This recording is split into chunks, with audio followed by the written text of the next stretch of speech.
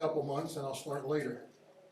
This company down the street from me, it's called Remington Rand UNIVAC, and they were hiring electronics technicians. So I got a job there temporarily, and they convinced me to stay and go to college at night, which I did. And in that time, 40 years that I worked for them, we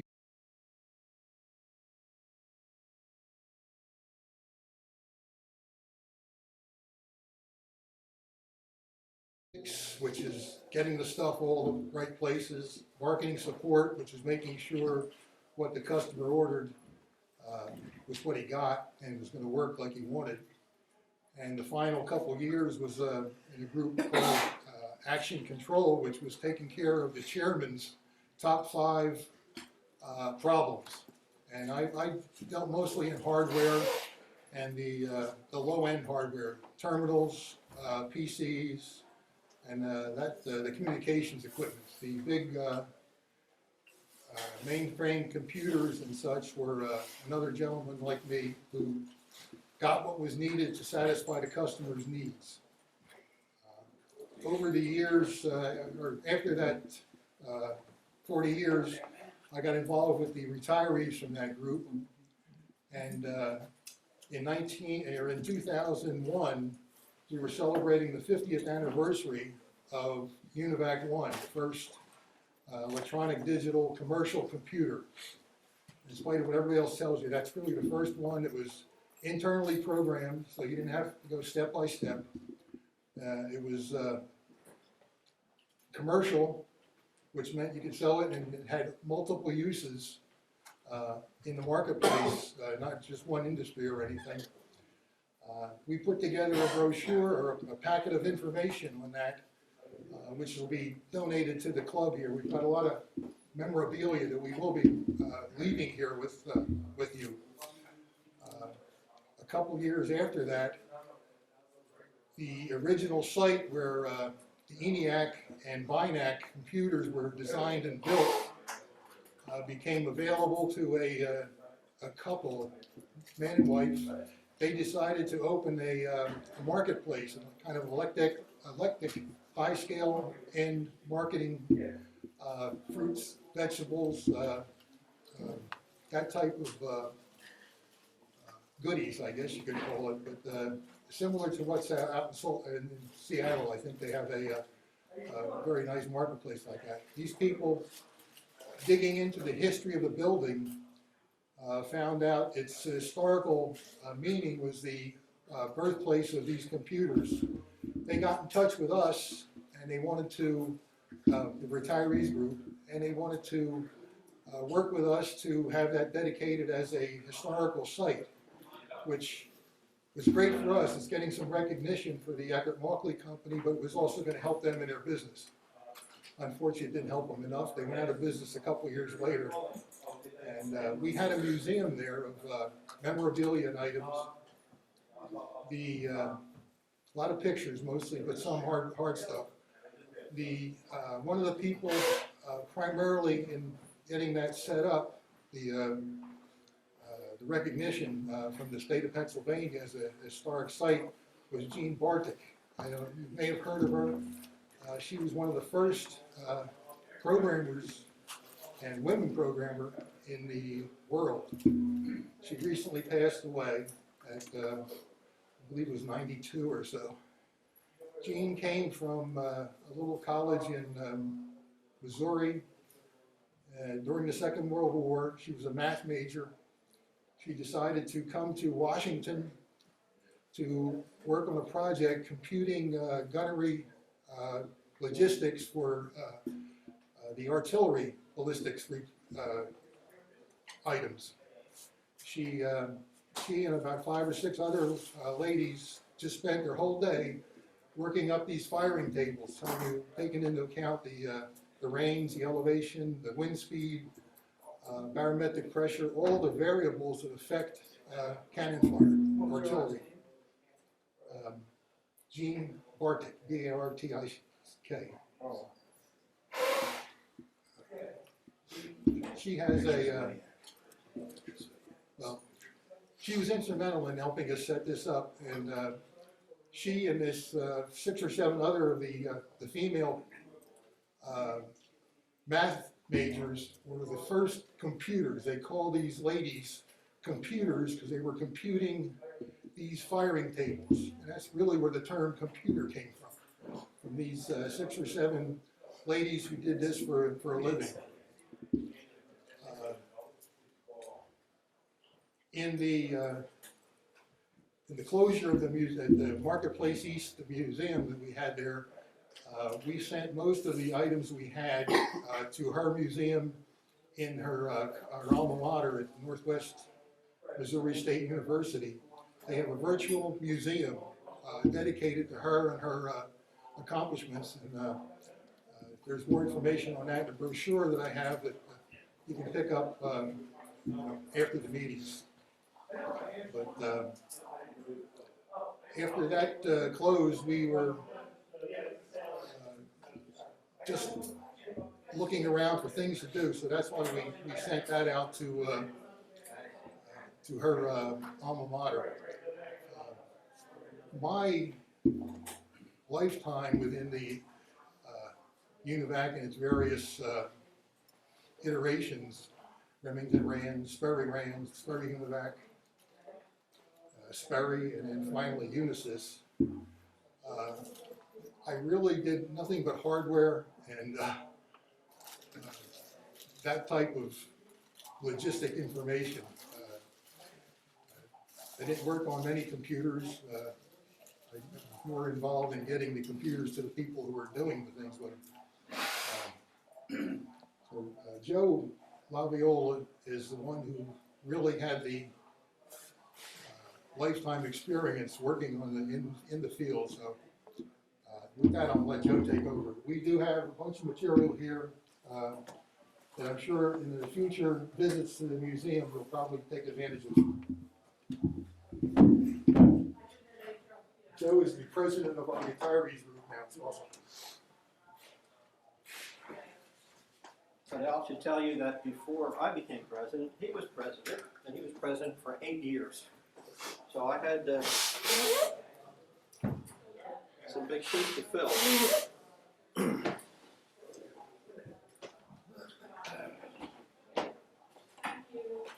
My career spanned 45 years with the company. I was 20 years old when I started.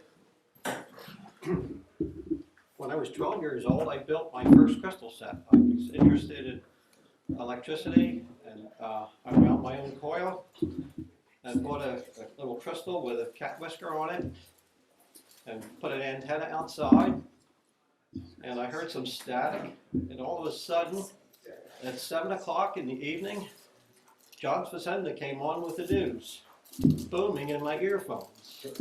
Don't bang your touch on phone here. on the, yeah, that's going to be on the recording. All that banging is going to be on the I know recording. how that is. Last Saturday was my 75th birthday.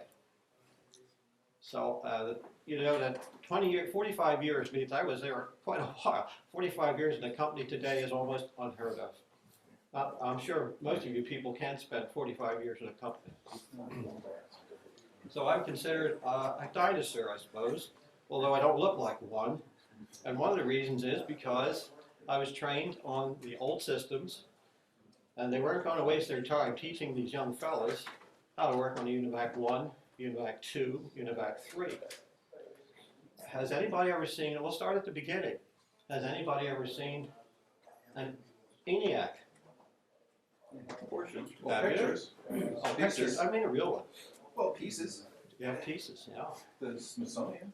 Right. Most people, and I have never seen one myself, even though I've seen UNIVAC 1s, 2s, and 3s. We used to call them computers in those days. We didn't call them computers, actually. We called them machines. It was kind of terminology. A lot of the terms we picked up on ourselves. It wasn't really an industry standard, but something that we kind of made up on our own. And the machines were kind of big. Our power supplies weighed a couple of tons. I don't know. They were all iron, all brute force in the early machines. They all worked on 60 cycles in the first ones. Then along came UNIVAC 2, and they used a motor generator, and had a motor, and a shaft, and it connected to it a generator, an alternator. And that put out, I forget the frequency of it, maybe 600 cycles or something like that, maybe higher. And then the power supplies could be a little smaller. I don't remember the frequency. But it made a terrible racket because the motors and so on turning on were really noisy. And the machines themselves were very noisy. They needed cooling and a lot of air because they were full of vacuum tubes. And they might have over 5,000 vacuum tubes in some of these systems, and they created a lot of heat. Not only heat, but noise. They had to have blowers you could walk inside of the computer, and in the base of the computer were these two enormous fans that were on the floor, and there was a grating where the air came through. So you had to work inside the machine. You had to work with all this air volume blowing over you. That was very noisy and uncomfortable. And because the backboard was wired with actual solder joints, we had to take soldering irons into this kind of dangerous place. And once in a while, you would unplug an iron and the cord would drop down through the bed, and away would go your soldering iron. You'd never see it again. It would be just chopped to pieces. You could never find it. It wasn't just an ordinary fan like you see the ceiling fans. The blades were kind of vertical, and they were extremely dangerous if anything fell in there. Not only were the fans very dangerous, but the machine itself was very dangerous. It had voltages that started at -400 up to +600. So we're talking about 1,000-volt differential here. And if you kind of touched the wrong thing at the wrong time, you might get a jolt. I never did get a jolt in a computer. But I did get jolts when I worked with radio. And fortunately, we're on Marconi Road, I notice here. And if it wasn't for Marconi and some of the early inventors, namely this vacuum tube business, we wouldn't have a very good computer today, would we? The machines themselves were enormous, like I said. All the casework was covered with like foam rubber, but when we worked on machines, the casework had to be open. So what would happen would be the heat had to be taken away. So they would have fans that were hung from the ceiling, would face into the modules. Imagine I guess a cabinet standing was probably, I don't recall the dimensions now, we'll say maybe 10 feet by 12 feet. And in the center, they had a door where you can walk inside. But all the chassis were plugged in all around the outside and faced the outside so that the vacuum tubes faced out. So the fans would blow right against the tubes, but you had to work through there. You had to probe through the hardware to see where your problems could be. And so you were working in an airstream, you were working with noise. It was not a very comfortable machine to work on. Actually, the machine was duplicated in all the critical places. I'm talking about now UNIVAC 1, 2, and not 3, well, UNIVAC 1 and 2. The upper module was duplicated in the lower module. There was 3 modules actually, and it went around the machine, TSX, I think they were called. Not only was the machine enormous, but it had to be able to be taken apart. It was a universal machine. So all these chassis, they were called chassis, and they might hold half a dozen vacuum tubes, and you could unscrew them and pull them out and put another one back in. The problem was the machine was kind of oriented to be one machine. You couldn't take the chassis all the time out of one machine and put them into another. The machine had to be timed. And because of the way the information flowed, it went through delay sticks. And these delay sticks, because of the variations in production, weren't exactly always the same. There were taps on the delay sticks where information was set up on a delay line, and the information would have to come out of it in parallel. And so you would change a tap to make sure that when a clock pulse came, that all the the information was there at the right time, so you would have to change the taps. Well, because of that, if you try to take that chassis out and put it into another computer, it may not work, and probably would not work. The taps, you were adjusting the length, the overall length of the delay lines? Yes. Oh, wow. Well, it might not be the overall length, but it would be the individual length for that But, bit. well, for that particular Right. delay line? Yes. Oh, got it. Okay. I'm sorry. Well, the early machines, the memory, of course, was in the earlier machines, and that's UNIVAC 1, they used mercury. And mercury is a very dense material. I guess, do we know the theory of how the delay lines worked in the mercury? Okay. They actually used some sort of a speaker system. It put an ultrasonic, I guess you would say it's a sonic pulse into the mercury. From this end, we'll say, to make it understandable, we'll just say a speaker. On this end, here's a delay line that's full of mercury. And we'll say, boom, they'll touch that and make a noise. And it'll go through that line, it'll come out the other end, and we'll put a microphone on this end. And it'll pick it up. But if we put a string of pulses here, it'll all follow each other right through there. Come out this end, and what are we going to do with this? It goes off the end of the world? No, we'll just recirculate it around behind me and come back to the input. And it'll go in there forever. Mercury was another thing that is a very dangerous thing to handle. We didn't know it at that time how dangerous it was. I never actually did, once in a while the tanks would leak. Something would happen. I never actually had the problems where I actually touched the mercury and picked it up. We had other people that would work with mercury. We had two kinds of mercury that were called tanks, mercury delay lines. One was a long tank and one was a short one.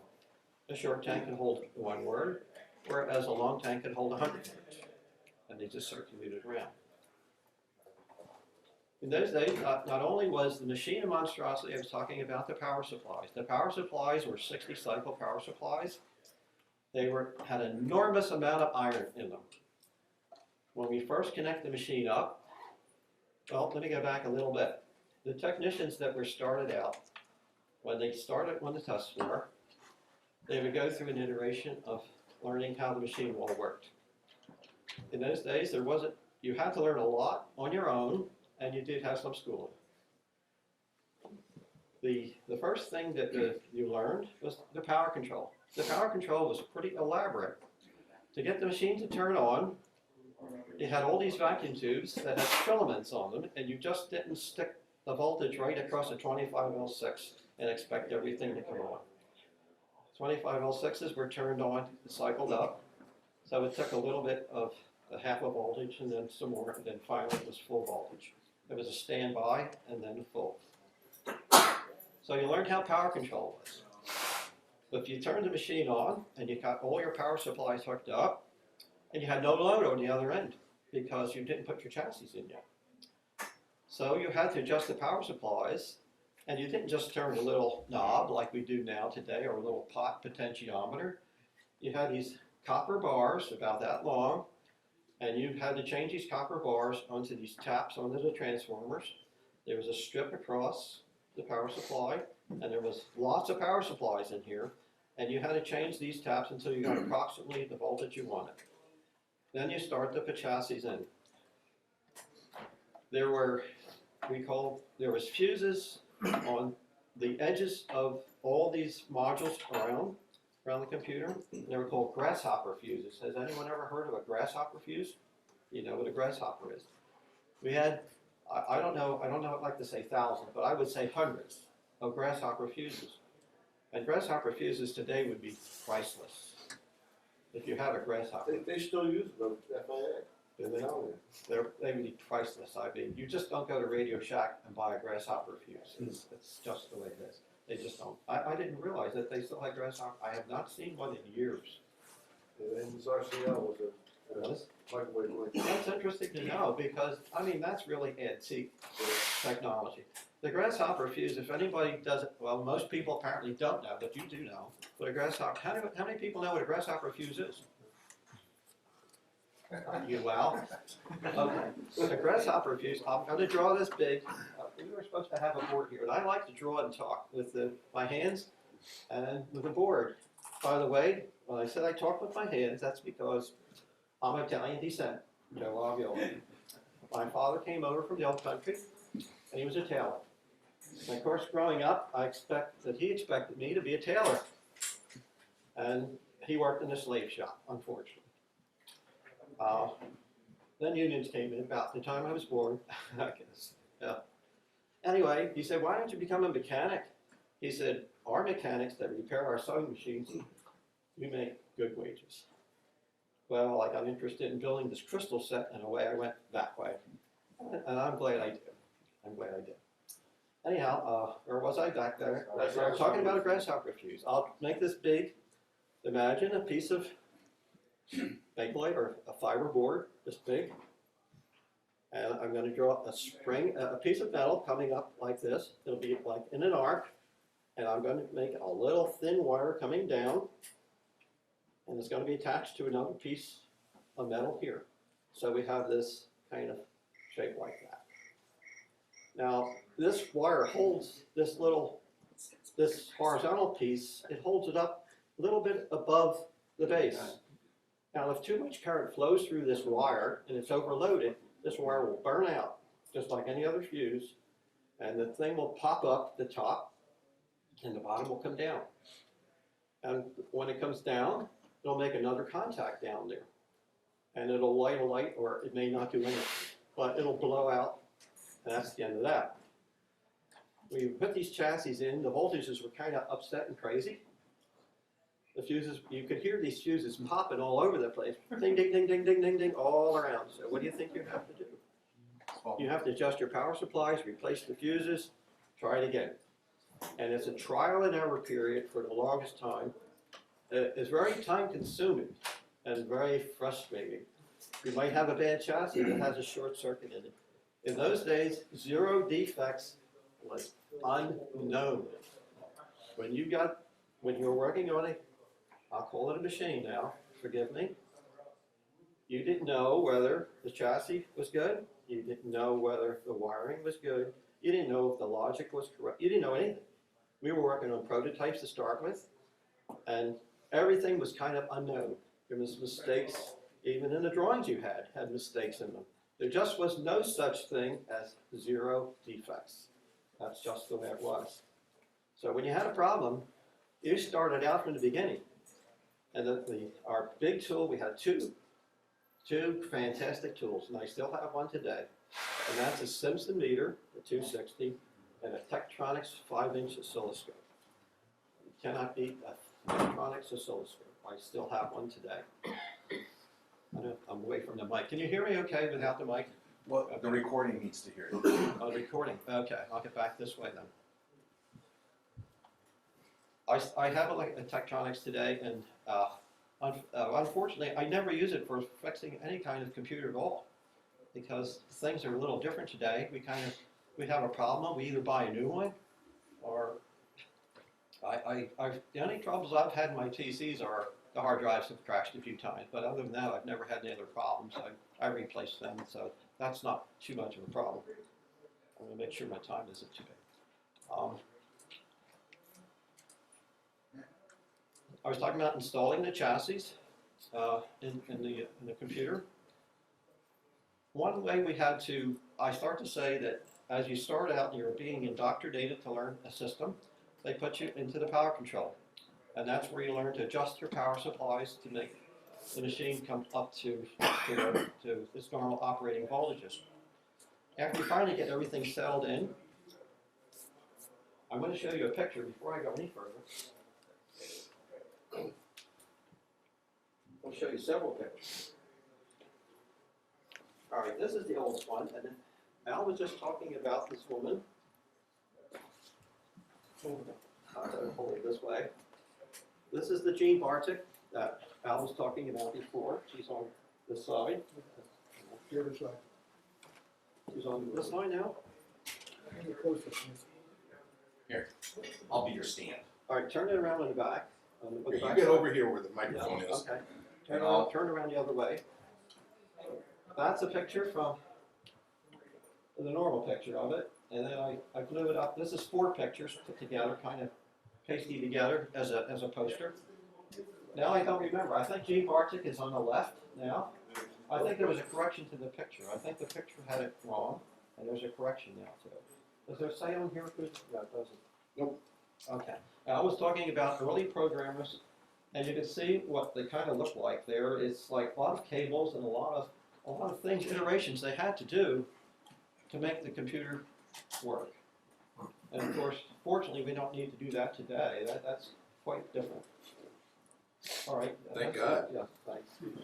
All right, well, I may as well show you some others while we're here. I'll get back to what I was talking about in a minute. Yeah, that's the next one. Now, this is Eckert Mauke. These 2 fellows are the men that actually had the idea to make a universal automatic computer and make it commercial so that they can reproduce the machine and to sell it commercially. Now, the serial numbers in the old days start out with serial 1, then 2, and 3. And I think that the maximum, this happens to be a UNIVAC 1, and they probably only made, I don't know how many they made exactly. Probably not even 50. You know how many they made? 34, 30. 34? Yeah, that sounds better. Yeah, the 30s. Yeah. I read 46 somewhere. 46? That's UNIVAC 1s? Yeah. Okay. Somebody learned that, I don't know who, they said we can put a speaker here and we can listen to what the data sounds like as it's going through. So they would put a speaker on the high-speed bus, and this would go, it would make all kinds of, I can't imitate it. Programmers got to be so good, they could listen to this noise and tell if their program was working correctly. If this thing got into a loop, and because of programming, not because of hardware, by the way, it would get into a loop and it would never get out of it, and they could hear that this grinding away was never going anywhere. I think we got a problem, and they would look into it. And you can think like that, I think. Okay. Okay, now this picture here.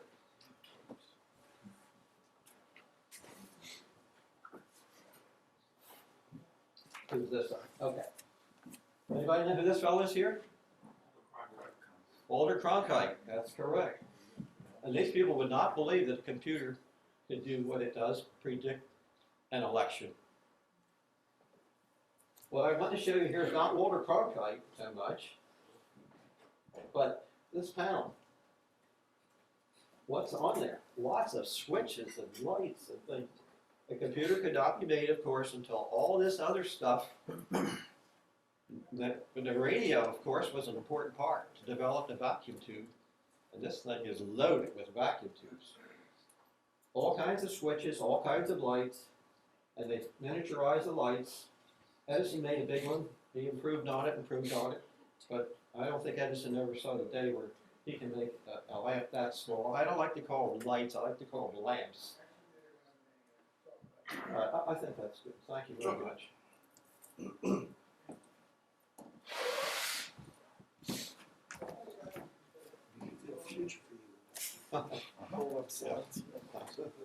Anybody have any questions that I might want to answer right now? Yes. If you had to, did you have to take down the whole machine when there was one problem? It depends on, I was just going to get into that, and that's a good question. When the machine is being first brought up, the input-output system in the early systems, UNIVAC 1s, 2s, and 3s, the main input was tapes. They were the fastest and the best for the input. When the machine was being brought up and it's in nowhere land, we had what we called simulators. For the input-output system, we had a long panel with a lot of switches on it. The machine had to be taken apart when it was finally finished testing. And there was Jones plugs. Everybody know what a Jones plug is? A Jones plug is a big, heavy black plug, maybe about 4 or 5 inches long, about maybe 1.25 inches wide, and had these very heavy contacts that could carry lots of current. When the machine was finally done testing, all these plugs could be taken apart, so all these modules could be all disassembled. For the input-output system, you would take this Jones plug apart, and it would run over to the tape drive area, and you would plug this panel in. And on this panel was a lot of lights and switches. And they would simulate a tape drive being outside. So if you want to make a forward signal, you threw the forward signal switch up, and it would send that signal into the computer. And it would simulate a tape drive. And so by throwing switches back and forth, you would go through all the tests that a servo would be doing. Until finally you were satisfied that your input and output was talking to each other, the interface was working, and that now you can actually plug into a tape drive and see what happens then. The tape drives were then also tested offline with their simulators. And it's one of the jobs I had. I used to design simulators sometimes. That was one of my jobs. And the simulators got more professional, I guess. Without switches became with logic, so on later on. A little more exotic. But that's the way you start out. So the input-output system, it was very important. In the later systems, we had core memories. That was UNIVAC 2. UNIVAC 1 had the Mercury system. UNIVAC 2 had cores. Cores, does anybody know what a core is? Core memory. Okay, most people do, fine. I'm doing 360. Okay. So we came up with cores. And cores are a little donut, about 1/100th the size of that, maybe the 50th the size of that. And they were tested offline. The core memories were a standing unit, and that would be brought in and then finally connected up. We have lots of other things. The way we adjust the memory, we use magnetic beam tubes. I don't know why I'm talking about this. I just happened to think of this. Does anybody know the magnetic beam tube? That's a Burroughs invention. And there it had, you actually could see it. It was surrounded by a very heavy magnet. It was a vacuum tube, about maybe that big around, about that long. Like a Williams tube? I don't know what that is. They were essentially a CRT. They were like a small oscilloscope tube, No. and the memory was represented by dots on the screen. Okay, what it was all these elements were around it, and the beam you could rotate the beam around because of this magnetic flux. It allowed the beam to, by changing the voltages on these electrodes out around it, between the magnetic field and the voltage pulse that was on the elements, you can make the beam move around. And you could use this to address the memory. That's what I'm getting at. And there again, the memories were not always interchangeable because the voltages, we call it a shmoo pattern. The shmoo pattern means that they vary these voltages that were biasing the cores, and you adjust this voltage until you got a failure, and you would adjust this voltage until you got a failure. You would make a graph. And it turns out the graph would look like a shmoo. Does everybody remember what a shmoo is? Lil Abner, I guess? Lil Abner? And somebody named it a shmoo, and that's another thing that I don't know if that's an industry standard or our standard, but it was called the shmoo pattern. And there again, because these potentiometers were part of the mainframe, there again, you just couldn't move things. They were not interchangeable. Like today, you get a USB chip out of your pocket, and you plug it into this computer, and it's okay, and you plug it there, and it's not in those days. Everything was kind of tailored for what it was used for. Look, the core memories was, yeah. Sort of what I'm principally interested in, this is interesting, but how you had a lot of failures, right? Or what's the mean time between failures was how long? How often would you have to start up doing this power supply thing, which sounds like it took hours? Would you have to use startup? Was everything running off the same power supply so that you'd have to start up everything and then? Yes, I mean, it was a common power supply. When you had trouble with a power supply, which was very often, not so much the power supplies themselves, but power control. Power control used a lot of relays, circuit breakers, and so on. We had failures there, and sometimes they would just fall apart. And we had these heavy cranks that were circuit breakers, we call them circuit breakers, and they had awful strong springs on them. And every once in a while, these little C-clips or something would pop out, and that would be the end of that, and the power would be down. And without power, everybody was out of business. Yeah. I'll go back again where we were starting out power control.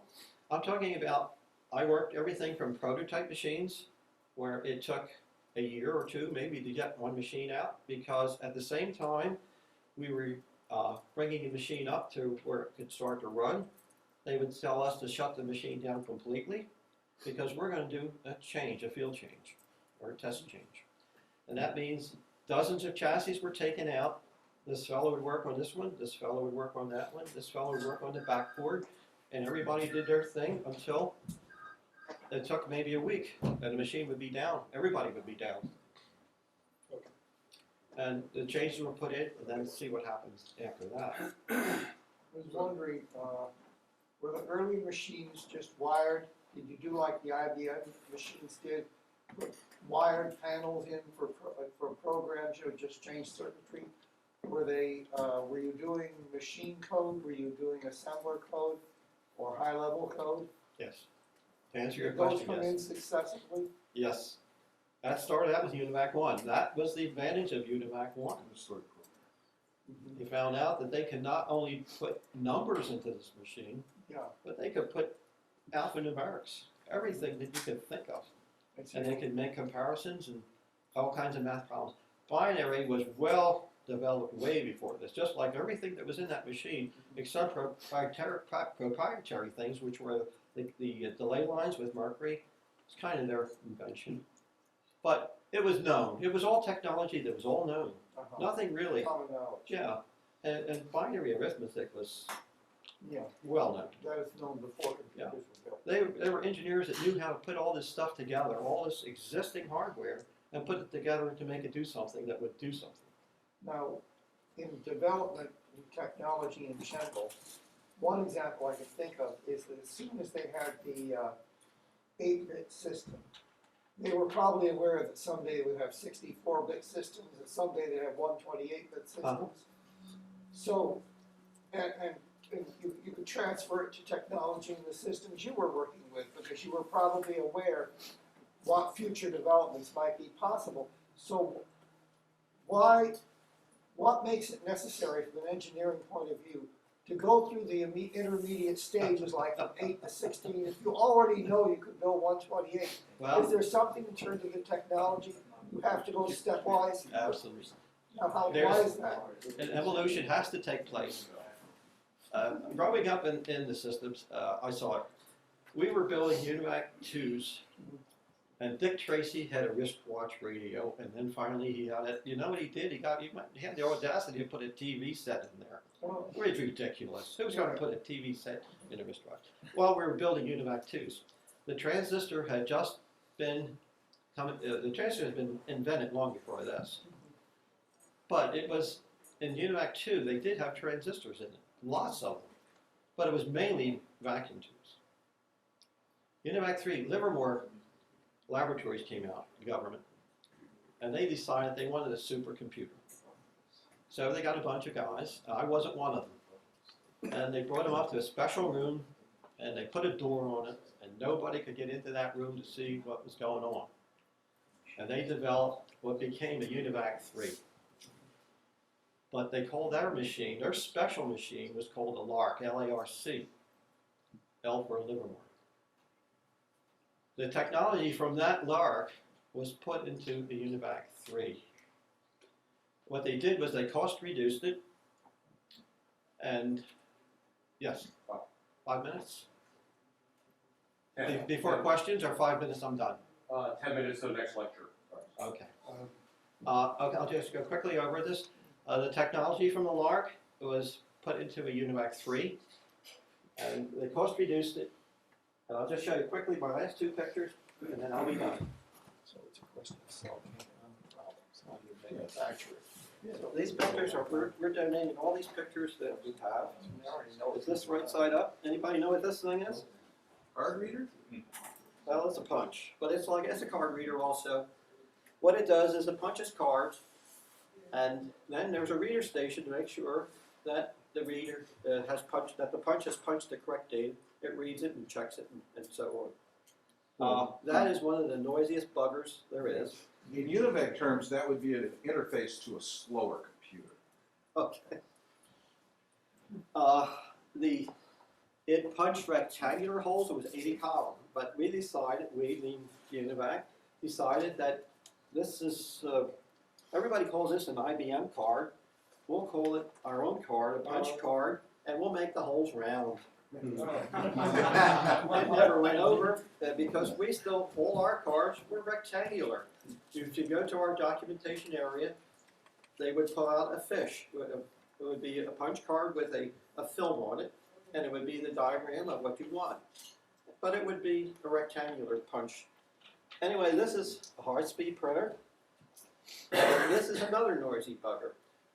The Japanese wanted enormous systems, enormous. We could have 4 of these running card readers. The racket would be unbearable. Tape drives running, they make noise, everything makes noise. This thing is one of the super noise generators because they used code wheels. Let me put this down. I need my hands to talk about this.